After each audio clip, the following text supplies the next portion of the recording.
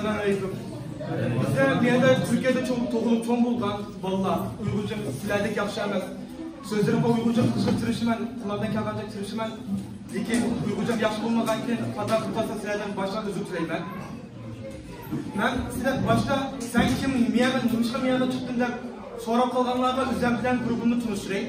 Benim ismim Abdullah, grubum ismi İzbasarlar. Bizler yeni nesilden, sizlerden yeni nesili bulup miyada bulunmatımız. Başlarda ismimiz yaş marif bulup, yaş osmanlar bulup, ondaki yüzümüzle ismimizi Şarkı Türkistan İzbasarları bulup olmaştırdık. Bizler işkiyle koşturup, Merdan Akamızdan önderliğinde haftada bir gün buluşup toplanıp, birbirimizden halatlarını sorup, bugün abi kalgan ballar. Bizler haftada bir gün ki buluşmalarımızda vatanımızın coğrafyasını, tarihini, yüzümüzün alemlerini tanıp, yeri kalkan çağında oyun oynayıp, yüzümüzü çoğaltıp, tıkı güçlü bulup, yüzümüzü güçlendirip bugün abi kaldık. Hazır İzbasarlar grubuna her bir perdana tağlar çağda, Şarkı Türkistan için ben nın kılalayım da dert edegen bir perde İzbasarlar körüsüler.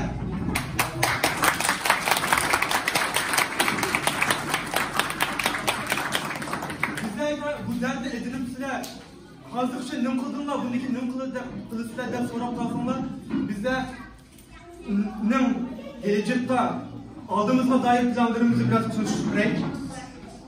En başta bizler üzümümüzü yetiştiririz. Çünkü biliniz ki bizler kandak üzümümüzü yaxşı yetiştirsek Şarkı Türkistan davası için o denlik yaxşı işler kılalayımız. Bunun için hem birimiz sporcu bulundu, birimiz mimar, birimiz hakim, birimiz savcı bulup Türkiye'nin öndeki edenleri bulup Türk siyasetine toplamayı hazır Filistin kandak dert kılmaktasa Şarkı Türkistan'ın o denli anımız.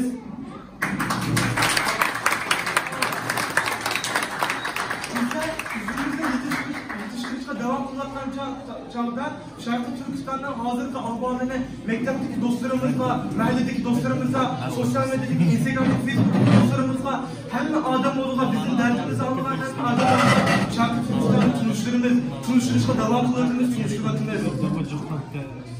Bunun için başta üzümüzün mektebinde, Tuncu mekteplerde yatıkım kılınan Şarkı Türkistan kültür saygısını kurdu. Yüzyıllar boyunca Uygurların bugünlerde ekalan kültürünü mektepteki dostlarımızla tanıştırıp verdi.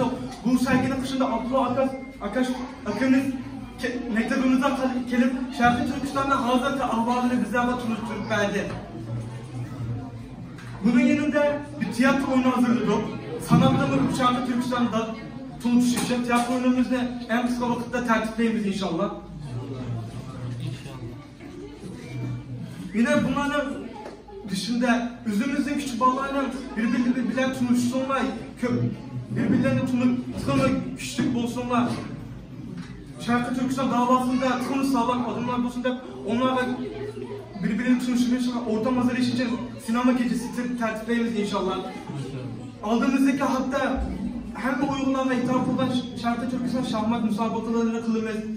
Heminiz de müsabakalarda davet kılınız, saklayınız. Bunun içinde bekçi planımız var, köpçü planımız var. Bunların silahları hazır dememiş bunu. Demeyelim nedenimiz ise ya bu planların kılavuzda silahla mahcup olmayında kurulmazsınız, demeyelim.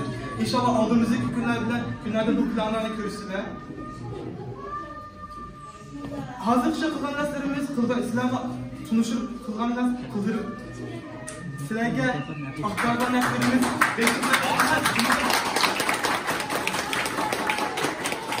bekçikten demez ama bunlar 5-6 kişilik gruplardan 2-3 ay içinde ortaya çıkaran planlar. Bize hazır 20 günde açlık senemiz. Aldığımızda Allah'ın izniyle tıkıcık günlerimiz var. Silahını yaşamak elimiz. Silahını yaşamak yapan çağda mı? Kimsine hazır akıllı kalma işlerini başarımız. Sözüm